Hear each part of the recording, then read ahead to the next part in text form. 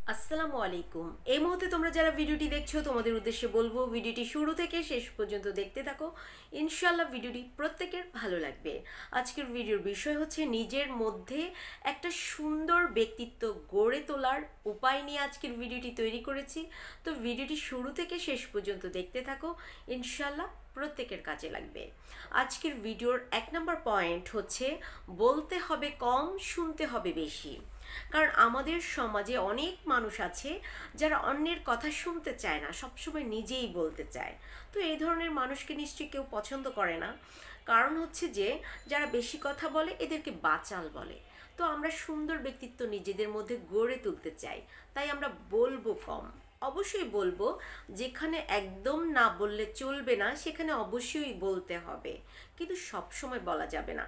কেউ তোমার সাথে যখন কথা বলতে আসে অবশ্যই ওই ব্যক্তির কথাগুলো আমাদেরকে মনোযোগ সহকারে শুনতে হবে।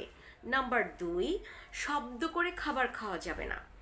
আমাদের সমাজে বা আমাদের ফ্যামিলিতে, মানে যে কোনো পরিবারে অনেক মানুষই আছে খুব শব্দ করে খাবার খায়। কারণ একটা ভদ্র সমাজে যখন তুমি যাবে তখন ওই মানুষরা, ওই ব্যক্তিরা অবশ্যই তোমাকে পছন্দ করবে না। কারণ যারা শব্দ করে খায় তাদেরকে কেউ পছন্দ করে না।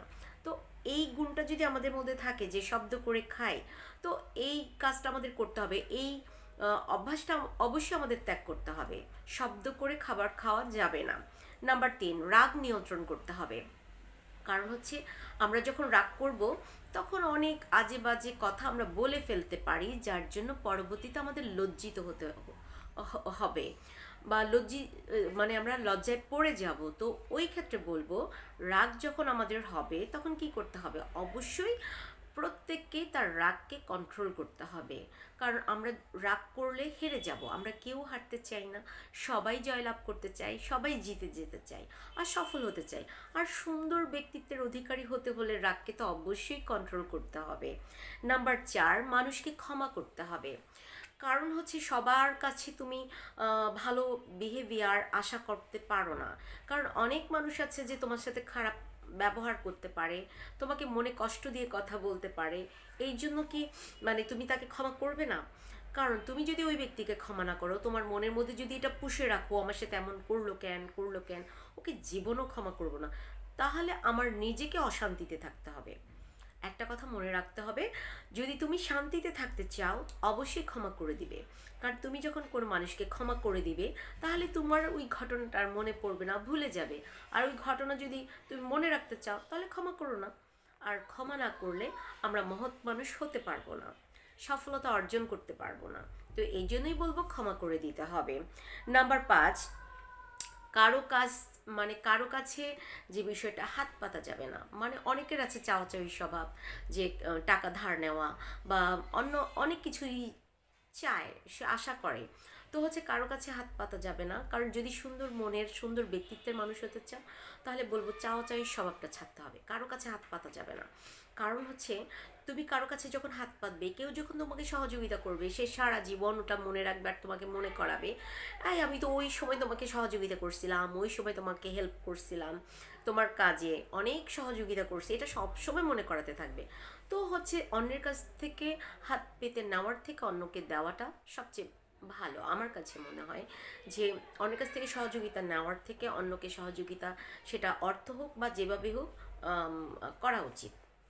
তো এটা অবশ্যই বলবো যে অন্যের কাছে হাত পাতা থেকে নিজেকে বিরত রাখতে হবে। নাম্বার 6 হচ্ছে জোর করে কারো কাছ থেকে খাওয়া যাবে না। আমরা অনেক সময় এই কাজটা করে থাকি, বন্ধুদেরকে বান্ধবীকে জোর করে বলি, বা কোনো অফিসে জব করছো, দেখা যাবে তুমি তোমার কলিগকে বললা যে আজকে খাওয়াও। তো এই জিনিসটা থেকে বের হয়ে আসতে হবে, কারো কাছ থেকে জোর করে খাওয়া যাবে না। কারণ তুমি কারো কাছ থেকে যখন জোর করে খাবার আদায় করছো খাওয়ার জন্য, ওই ব্যক্তির কাছে টাকা নাও থাকতে পারে। তো এই জন্যই বলবো, জোর করে কারো কাছ থেকে কোনো কিছু নেওয়ার মধ্যে আনন্দ নেই। কাউকে জোর করে খাওয়ানোর জন্য মানে প্রেশার দেওয়া ঠিক না। কারণ ওই ব্যক্তির আর্থিক সমস্যাও থাকতে পারে। এই জন্যই বলবো জোর করে কারো কাছ থেকে কিছু খাওয়া যাবে না। নাম্বার 7, খাবার সামনে আসলে অবশ্যই তোমার পাশে যে থাকবে তাকে সবার আগে হচ্ছে যে খাবার দিতে হবে, তারপরে নিজের জন্য নিজের প্লেটে নিতে হবে। এটা আমাদেরকে সবসময় মনে রাখা উচিত। নাম্বার 8 হচ্ছে কাউকে বোঝানো যাবে না আমি শ্রেষ্ঠ। কারণ তুমি যদি শ্রেষ্ঠ হও না, তুমি যদি কোনো বিষয় খুবই মানে জানো, যে তোমার জানার পরিধি বেশি, বা ওই বিষয়ে তুমি খুবই পারদর্শী যদি সত্যি হয়ে থাকে, সেটা তোমার কর্মে বা কাজের মধ্য দিয়েই প্রকাশ পাবে। কাউকে জোর করে বোঝানোর দরকার নাই যে আমি সফল ব্যক্তি বা আমি শ্রেষ্ঠ, আমি ওই বিষয়টা বেশি জানি। কাউকে এগুলো জোর করে বোঝানোর প্রয়োজন নেই, কারণ তোমার কাজের মধ্য দিয়েই মানুষ তোমার পরিচয় পেয়ে যাবে তুমি কেমন মানুষ।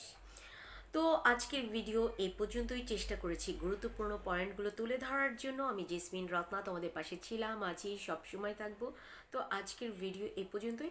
আর হ্যাঁ, যদি ভিডিও ভালো লাগে অবশ্যই কমেন্টস করবে, শেয়ার করবে, আর লাইক করতে ভুল করবে না। তো আজকে এই পর্যন্তই। আল্লাহ হাফেজ, আসসালামু আলাইকুম।